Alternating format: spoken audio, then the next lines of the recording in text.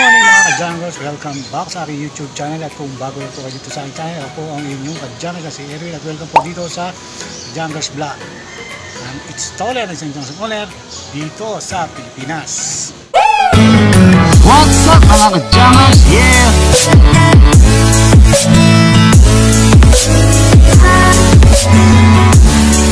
Pindot na!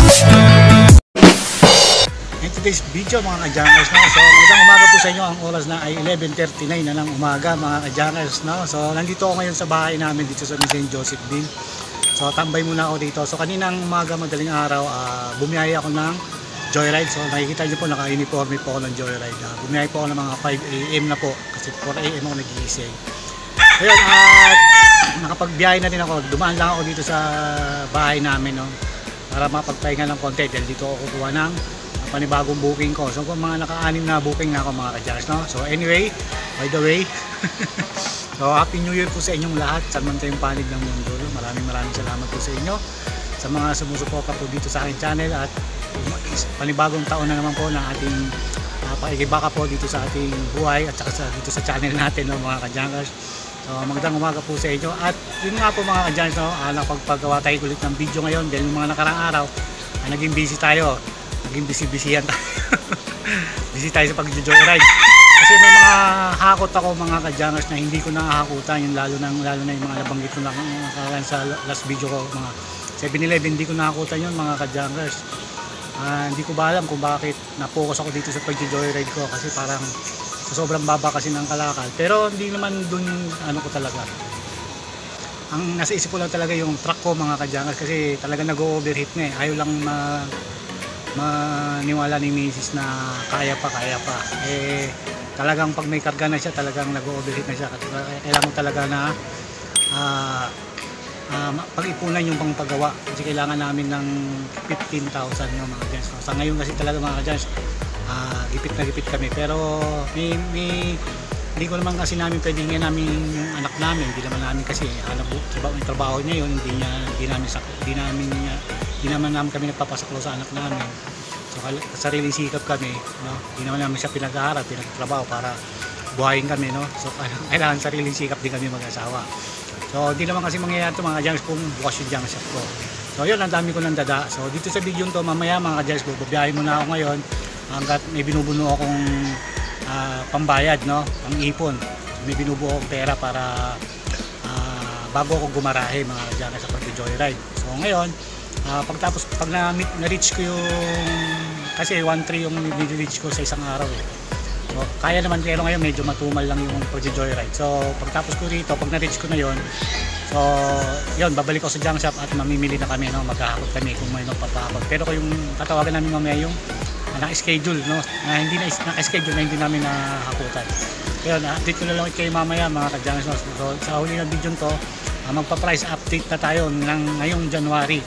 Dahil may mga nag-message na sa akin, nag-text na may mga pagbabago sa mga presyo nila. So dito sa video to, pagbabagong yan ay tungkol doon sa mga bakal, tapolodo, yero at lata sa aking nirerektahan, no? So yun mga ka-Jangers, so abangan nyo mamaya dito sa video to bago matapos to. So kita lang kayo mamaya, update ko kayo, biyahe muna tayo, tara, let's go. So good evening mga ka-Jangers, 6:47 na ng gabi mga ka-Jangers. So kauwi ko lang, so tayo na tuloy sa hapot. So bukas na lang nahapotan, nagkausap na kami ni Sir ng taga 7-Eleven mga ka-Jangers, no? So ayun, so bis lang ako mga ka-Jangers, tapos update ko kayo sa presyo ng mga bakal tapolodo, yero sa rektahan, no, mga ka-Jangers. So kapag inabot tayo ng gabi, so hindi maganda masyado yung pag-joyride natin. Puro Gcash binayad, no? Kasi pag Gcash ang binabayad sa akin mga ka-Jangers, ipapapap ko lang sa joyride. So yan, update ko kayo ulit mamaya, no? Update ko kayo sa abiso ng bakal tapolodo, yero. So lang sa bahay. So bulan sa labas eh. Let's go. So, good morning mga ka-Jangers, magandang umaga po sa inyo. Ang oras na ay 9:42 na ng umaga mga ka-Jangers. So ibang araw na to mga ka-Jangers. Ang araw po ngayon ay January 6 na po mga ka-Jangers. So napagpaliban po natin yung mga video na ginawa ko po nung itong mga araw dito po sa video na to. So kasi nga medyo nag-uulan, tapos na-focus pa ako doon sa pag-joyride mga ka-junkers.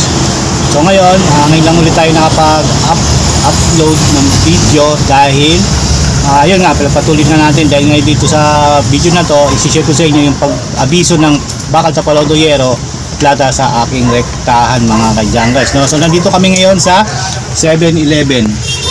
So yun, no? So dito na tayong manager. So nakahakot na kami sa ngayong taon na to. So unang hakot namin ngayong taon, no? Unang hakot ba? So yun, hindi ko alam. Mga bakante na tayo mga ka-junkers, no? So update ko lang ulit kayo mamaya kung nagahakot na tayo dito. So yun, tatlong hakot tayo mga ka-junkers ngayon. Sana magawa natin yung tatlong hakot. So tara, let's go. Simula na tayo, no? So pinagpapatong-patong ko lang tong kamada ko ng karton dahil mga ka-junkers, dahil 1:1 tayo ngayon. So hakot, deliver. Kasi balik ang puno natin ngayon mga ka-junkers. So yun lang mga ka-junkers, kamada muna ako. So mamaya na tayo magkwentuhan, tara let's go. Mga ka-junkers, tapos na tayo mag-hakot sa ulan nating hakot, no?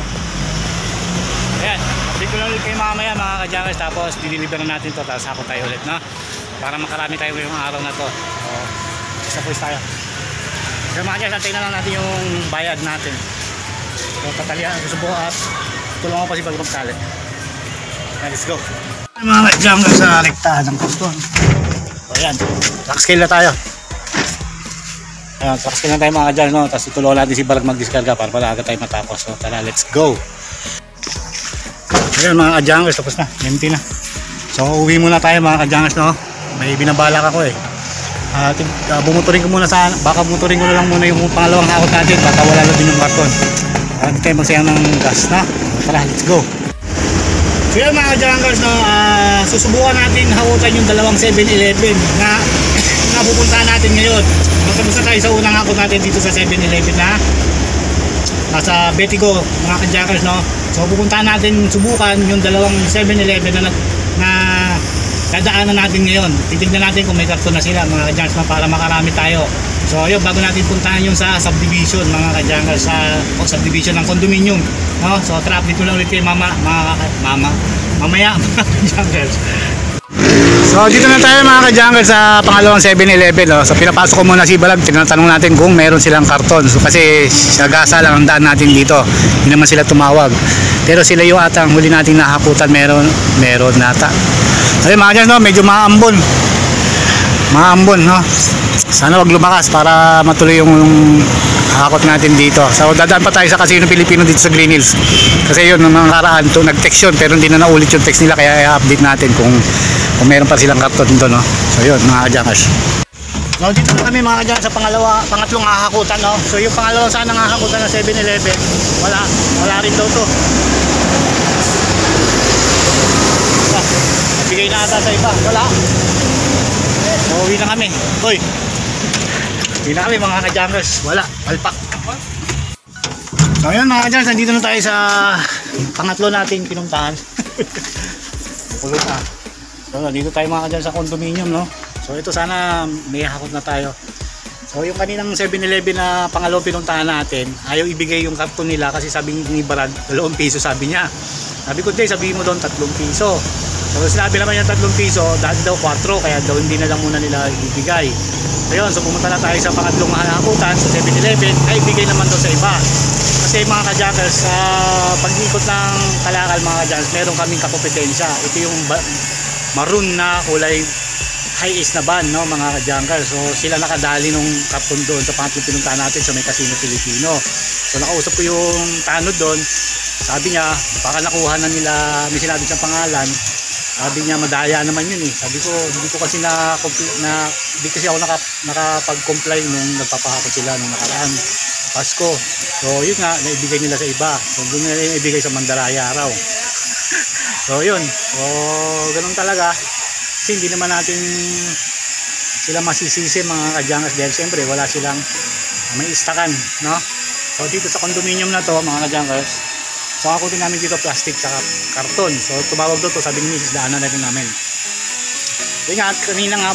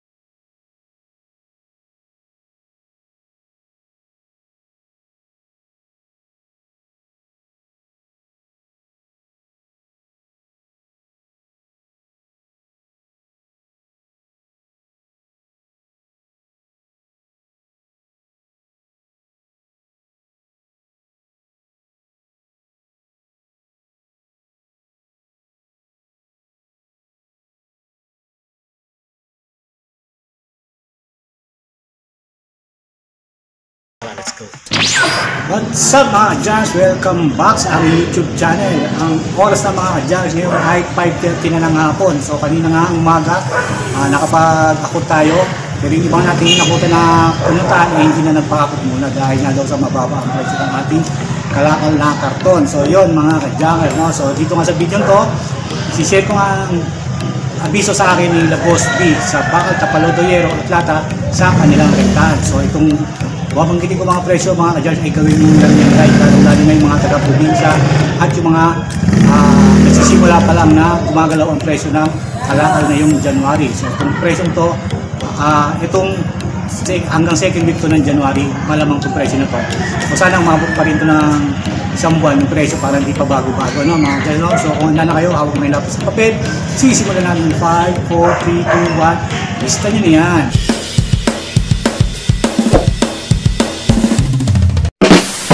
So ito mga Kadyangers, effect ito noong January 3 mga Kadyangers, no? So happy new year sa inyo lahat. Sisimulan natin yan. Sisimulan tayo mga Kadyangers sa Bacal Solid A. Bacal Solid A na nila Boss B ay 2050 mga Kadyangers. Ito yung walang halong pundido, solid na bakal lang. So punta na tayo sa Solid B. Solid B, presyo nila Boss B ay 19 pesos per kilo mga Kadyangers. Solid, pwede nyo haluan ng pundido katulad ng mga makina na hindi natastas na may halong solid ang pundido. Ang presyo niyan, 19 pesos mga Kadyangers. So punta na tayo sa Bacal Assorted. Ang presyo ng Bacal Assorted sa ating lektahan mga Kadyangers ay 18 pesos mga Kadyangers kala Boss B. So punta na tayo sa BI at Tapalodo. Yung BI yung mga galvanized. So ang BI Tapalodo kala Boss B, ang presyo ng mga Kadyangers ay 13.50 na mga Kadyangers per kilo. So ito mababa yan mga Kadyangers. So punta na tayo sa Yero. Ang presyo ng Yero kala Boss B ay 12 pesos. At ang Lata, ang presyo ng kala Boss B ay 12.50 mga Kadyangers. So yun, at ang Tansan 5 pesos. At ang Big Lata 5 pesos. So mabababa ito sa kala Boss B, no? So yung mga wire pa, yung electric fan deck body, ang presyo niyan ay 10 piso. Pero yung mga bagay na binanggit ko ng wire pa, yung electric fan deck body, hindi nyo pwede halo yan sa assorted na bakal. Iba silang kategorya. So ayan mga Kadyangers yung price update ng Bacal Tapalodo Yero kala Boss B. So yung mga nagko-comment na nagtatanong at humihingi ng price list ng kalakal, abangan nyo lang sa mga susunod kong gagawin video. So ito ngayon yung part 1 ng abiso ng Bacal Tapalodo Yero kala Boss B. Kala Boss A, yung mga Bacal Tapalodo nila, wala pa silang abiso, ibig sabihin dati pa rin presyo nila. So yun mga Kadyangers, no? So sana nagustuhan yung video nito. Kung nagustuhan nyo man, pakilit naman. At kung hindi pa kayo nakapag-subscribe dito sa aking channel, click nyo yung subscribe button, hit yung notification bell para ma-update po kayo sa mga bagong i-upload ko pang mga video. So hanggang dito lang muli ang inyong Kadyangers sa Erwin. Kita-kita tayo sa sunod. See you on my next vlog. Bye-bye mga Kadyangers. Thanks for watching mga Kadyangers. Yeah.